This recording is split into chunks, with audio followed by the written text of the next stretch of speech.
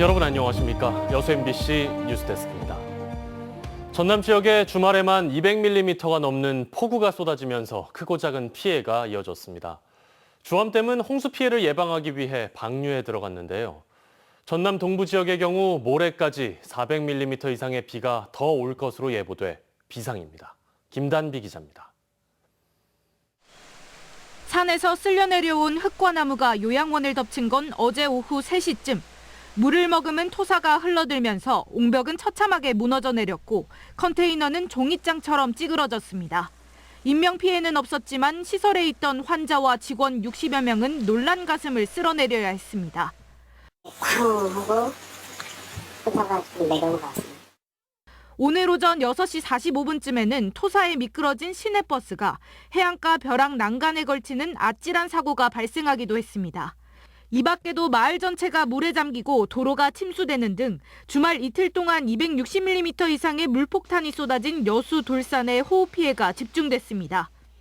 통제하고 한 30분 이내에 갑자기 굉음 소리가 나더니 이제 무너진 거죠. 만약에 그때 양방향 안 맞고 차량이 통행하고 있었다면 이제 큰 사고가 날 뻔한. 수문을 모두 연 순천 주암댐에서 폭포수처럼 물이 흘러내립니다. 지난 2월만 해도 마른 바닥을 드러냈던 주암댐 저수율이 70%를 넘어섰습니다. 이제는 가뭄이 아닌 홍수를 걱정해야 할 처지에 놓였습니다. 광주 전남 최대 상수원인 주암댐은 초당 500톤의 물을 흘려보내고 있습니다. 댐 방류량이 늘면서 저지대 농경지에서는 침수 피해가 발생하고 있습니다. 물에 안 잠기고 정상적으로 큰 거하고 물에 잠겼다 2번, 3번 물에 잠기다 보면은 이게 세균이 안 달라질 수가 없죠.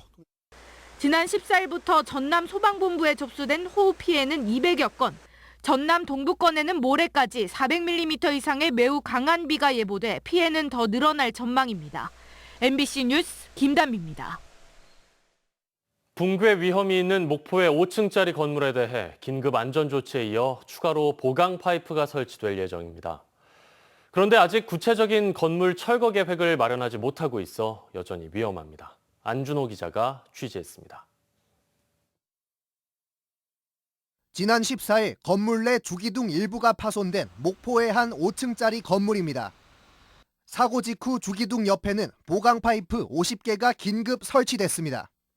붕괴 위험을 더욱 낮추기 위해 이번 주 안에 30개가 추가 설치될 예정입니다. 건물 주위에 안전 펜스도 설치됩니다. 지금 건물에 지금 접근을 예방하기 위해서 지금 높이 2.4m로 해서 지금 건물 주변을 다 지금 조치를 하기 위해서 지금 준비하고 있습니다. 하지만 현재 건물은 매우 위태로워 보입니다. 건물 외벽 곳곳이 뜯겨져 나갔고 균열도 곳곳에서 확인됩니다. 보시는 것처럼 갈라진 건물 외벽 틈새로 전나에 내려 고인 빗물이 흘러내리고 있습니다.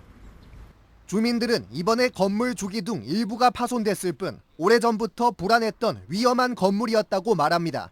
장마 때나 태풍 때나 보면 벽에서 들어가 한 진짜 왜 자체 저런 데 저렇게 물이 새잖아요 지금. 아마 예고된 것 같아요. 발등에 불 떨어지고 나서 이러는 건 좀 아니다 싶어. 아니렇게 생각하다 우리나라 큰 사고 나잖아요. 목포시는 해당 건물에 사용 중지 명령을 내린 상태. 하지만 아직까지 구체적인 철거 계획은 마련하지 못하고 있습니다. 건물 소유자들 가운데 일부가 수억 원에 달하는 철거 비용에 부담을 느끼고 있기 때문입니다. 건물 붕괴를 막기 위해 긴급 안전조치가 취해지기는 했지만 언제 철거가 이뤄질지 몰라 인근 주민들은 여전히 불안한 하루를 보내고 있습니다. MBC 뉴스 안준호입니다. 전국 단위의 보건의료노조 총파업은 끝났지만 전남 동부권에서는 지난 13일부터 순천 성가롤로 병원이 여전히 파업을 이어가고 있습니다. 오늘 오후 보건의료노조 순천 성가롤로 병원 지부는 자동 승급 등의 인사 문제를 두고 병원 측과 교섭을 진행 중이라고 밝혔습니다. 병원 관계자는 현재 외래 진료를 축소 운영하는 등 일부 차질을 겪고 있다며 정상화를 위해 노력하고 있다고 밝혔습니다. 순천만 국제정원박람회 7개월의 대장정이 누적 관람객 540만 명에 육박하며 반환점을 돌았습니다. 지난 4월 개막 당시 150만 송이의 튤립을 선보이며 인기를 끌었던 경관정원이 이번에는 175만여 송이의 여름꽃으로 박람회 후반전 준비를 마쳤습니다. 최우식 기자입니다. 4월에 개막한 순천만 국제정원 박람회가 지난 주말 석 달 보름 정확하게 절반을 넘겼습니다. 누적 관람객 수는 538만 9천여 명으로 이미 목표 대비 67%를 넘어섰습니다. 오천 그린광장, 그린 아일랜드와 함께 개막 당시 가장 인기를 끌었던 26헥타르의 광활한 경관정원은 150만 송이의 화사한 튤립과 유채, 비올라, 리나리아 등 봄꽃의 향연으로 장관을 연출했습니다. 택지 개발을 앞둔 유휴지를 활용해 100여 년 전 동촌의 구비진 형태와 순천만 객골을 형상화하면서 2달 반 만에 43만 명이 다녀갔습니다. 박람회 시작을 봄꽃이 만발한 경관정원이 열었다면 남은 절반의 박람회도 여름꽃으로 세 단장을 마친 경관정원에서 시작됩니다. 봄철에 저희들이 연출했던 튤립은 굉장히 꽃도 컸고 화려했던 그런 색감이었다면 여름, 가을 꽃은 좀 더 은은하지만 사람들한테 포근하고 편안한 이미지를 줄 수 있게끔 11종의 그 색감으로 준비를 했습니다.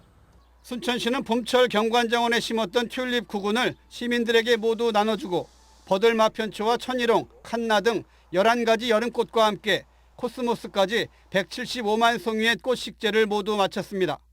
이번에는 동천과 순천만 형상에 미래 4m가 공존하는 컨셉이 더해졌고 여름 후기를 대비한 서양 정원식 배열도 돋보입니다.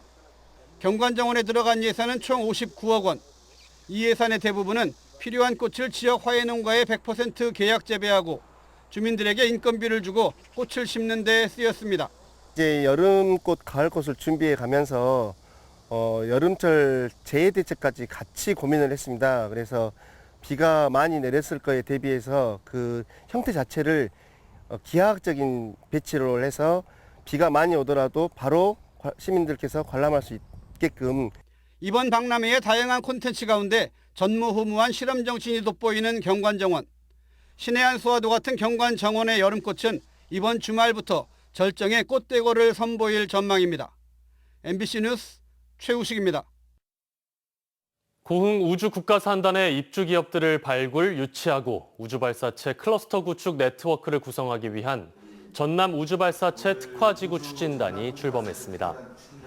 전남도와 고흥부는 오늘 한화 에어로스페이스와 대한항공, 전남대와 순천대 등 기업과 대학, 연구기관 관계자 32명으로 구성된 전남 우주발사체 특화지구 추진단 출범식을 갖고 기업 유치 전략 수립과 신규 사업 발굴 등 다양한 사업들을 공동 추진하기로 했습니다.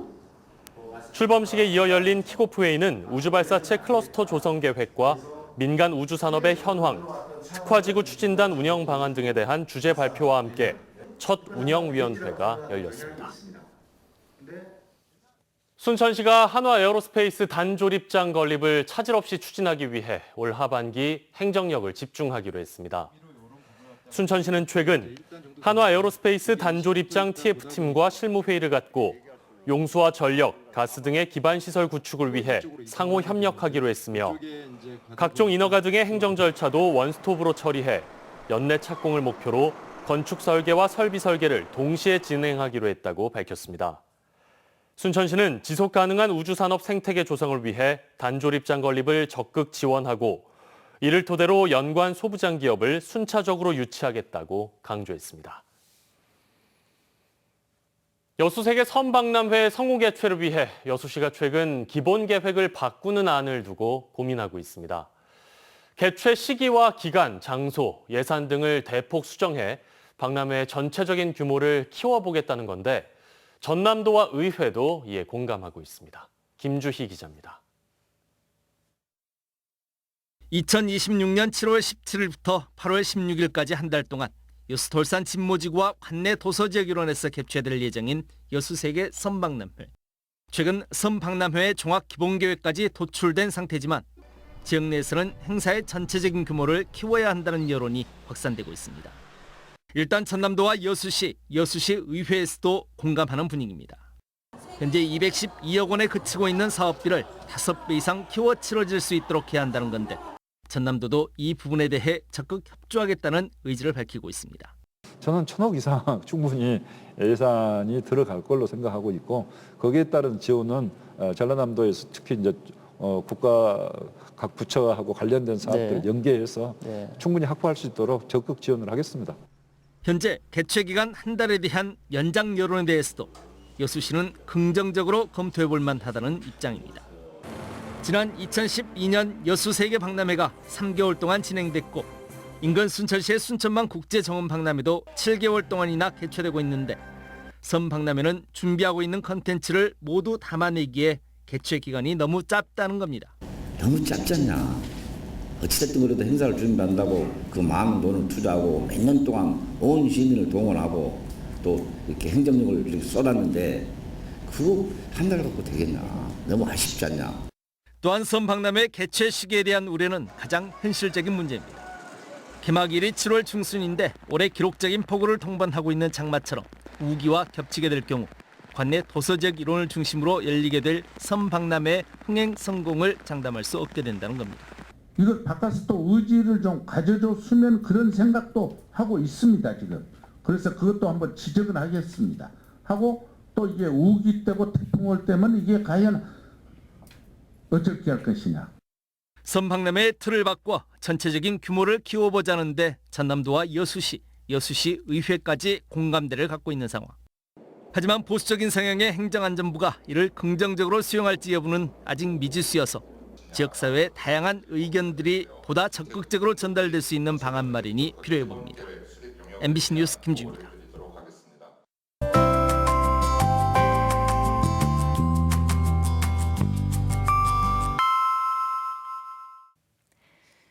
날씨와 생활정보 정리해드리는 생활포커스입니다.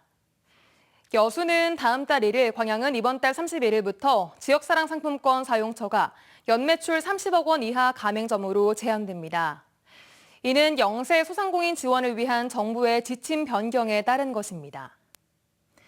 내년 1월까지 광양 배군 아트홀이 시설 개선 사업에 들어갑니다.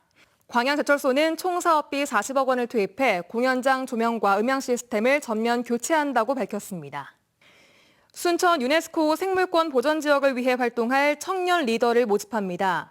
접수는 오는 30일까지며 자세한 사항은 유네스코 MAB 한국위원회로 문의하면 됩니다.